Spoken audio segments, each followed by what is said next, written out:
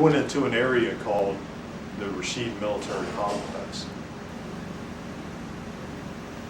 We pulled up and there was a Marine tank that was parked over to the entrance to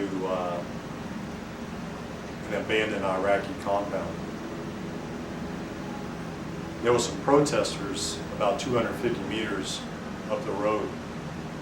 I got out of my vehicle and I went over to the Marine tank, and I asked the tanker, because he was there before we were, I asked him, I said, what was going on with the protesters? And he was looking through his binoculars at them. And he said, no, they've been down there yelling, you know, USA out, Saddam, you know, Saddam good, whatnot. And I asked him if they had any weapons, and he said no.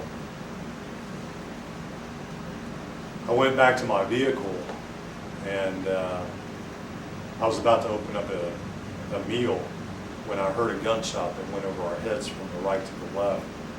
I immediately stepped from behind my vehicle, and my Marines were already discharging their weapons towards the protesters. I unslung my weapon and I put the weapon up into my shoulder and I began to fire.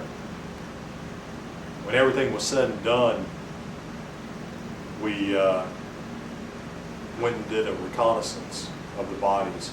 We were looking for weapons. And I remember looking at the bodies. They were wearing the traditional jalibah, white jalibah. And there was completely soaked with blood. And I remember I was looking at the bodies, and I'm looking for weapons, and I don't see any weapons. And then I look up, and about 50 meters away from protesters was some RPGs that were lined up against the wall. And I thought to myself, they had the capability to fire at us if they wanted to, but they didn't.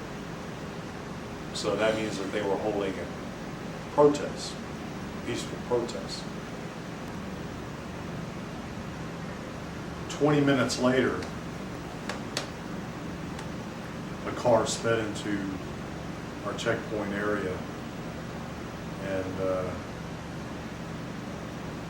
we discharged our weapons,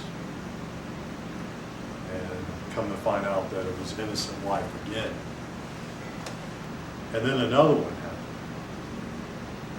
And then another one happened. By the last one, I had an occupant of the vehicle asking me, why did you kill my brother? We didn't do anything. We're not terrorists. I remember I was so devastated by my commanding officer, Captain Schmidt. He came up to me and he said, Staff Sergeant, I said, what's wrong? What's wrong? You look a little under the weather. And I said, well, today's been a bad day, sir. We killed a lot of civilians. And he said, no, today's a good day. When he said that, I realized that I was in the wrong place. That maybe I wasn't cut out for the work. Because I had never been in that type of experience before. I had only had the experience of reading textbooks or first-hand accounts from other Marines, but nobody had ever told me about that type of scenario or that type of situation. Is this really a fog of war? How can it be a fog of war when you're establishing a pattern? If you establish a pattern, it no longer becomes a fog of war. It becomes murder. If you know